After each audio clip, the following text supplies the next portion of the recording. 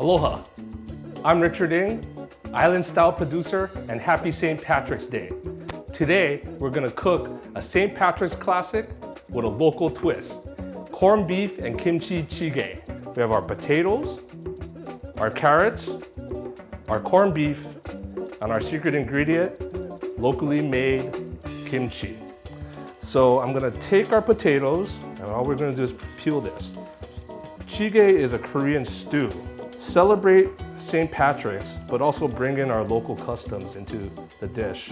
So growing up, my mom used to always cook a corned beef boil. We always had it at our house because it was simple, it was delicious, and it fed our whole family of 6. And we still had leftovers too. So it was interesting because now that I live in the mainland, you don't eat corned beef a lot, unless you go to a Hofbrau. I live in the Bay Area. In Hawaii, corned beef is around us all the time.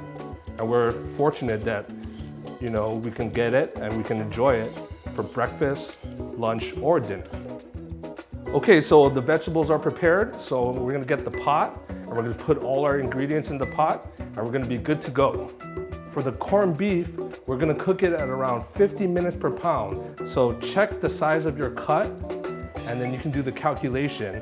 But again, most of this corned beef is gonna be pre-packaged and it's gonna come with the pickling seasoning in there. And that's gonna give it that traditional corned beef flavoring. And then we're gonna add our secret ingredient, right? That locally made kimchi. So we're gonna take our kimchi, we're gonna put it in the pot.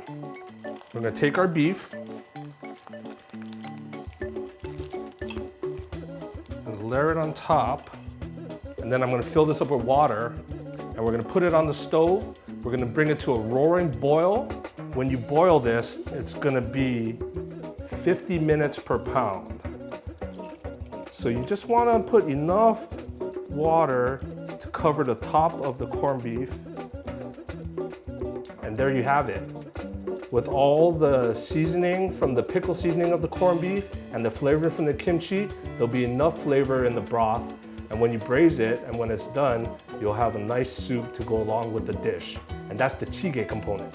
It's almost time for our vegetables. And we want our potatoes and our carrots to be in the pot for maybe around 15 minutes. And again, it's gonna be fork tender. That's how we're gonna test it.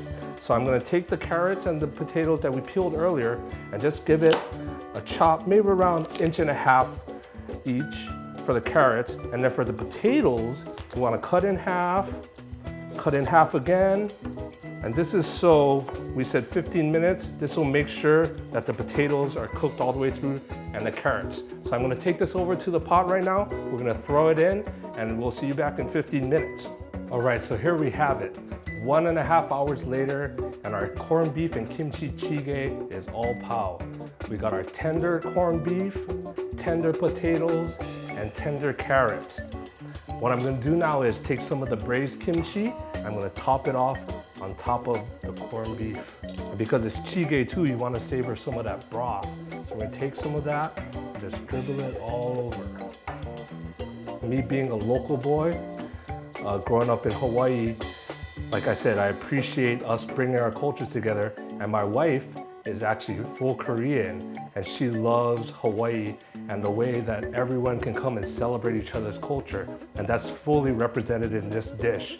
Here we have, again, the corned beef, traditional corned beef and cabbage dish, but with our local twist, we braised it with kimchi. So we have all our corned beef and kimchi jjigae, our potatoes, our carrots, and of course, because it's Hawaii, still gotta have your scoop rice and mac salad. And the creaminess from the mac salad will cut through the acidity and the spiciness of the kimchi. And of course, to top it off, a little bit of chili pepper water. Not too much though, yeah, because it's already spicy enough already. So just put a little dash, and now you're ready to eat.